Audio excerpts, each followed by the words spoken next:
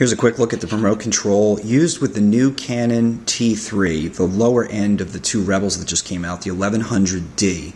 I've got the remote control with the extra shutter release cable connected obviously to the remote control and through the T3 itself. I'm in the setup menu just to show you that I do have the separate cable for shutter release set to yes. I'm going to go over to 1. I know this is very shaky, I'm just doing this handheld.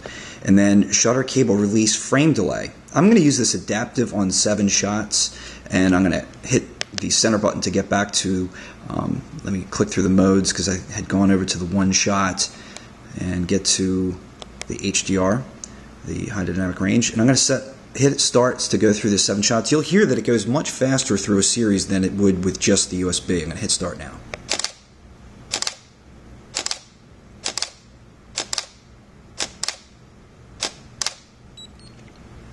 And you can hear it was hitting the buffer of the T3 in that series. But you can also hear that it was going much faster than with just a USB. If you've done this before with the other Canons, the lower ones, then you know how long normally there is a delay in between each one of these. I'm going to hit the mode button just to go over to, I went through 1 shot. And I'm going to hit start just to show you the release.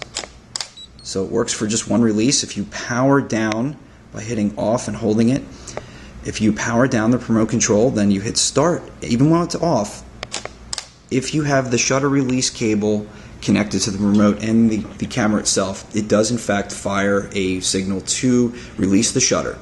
So that's just a quick look at the Canon T3 1100D used with the remote control with the firmware 2.0.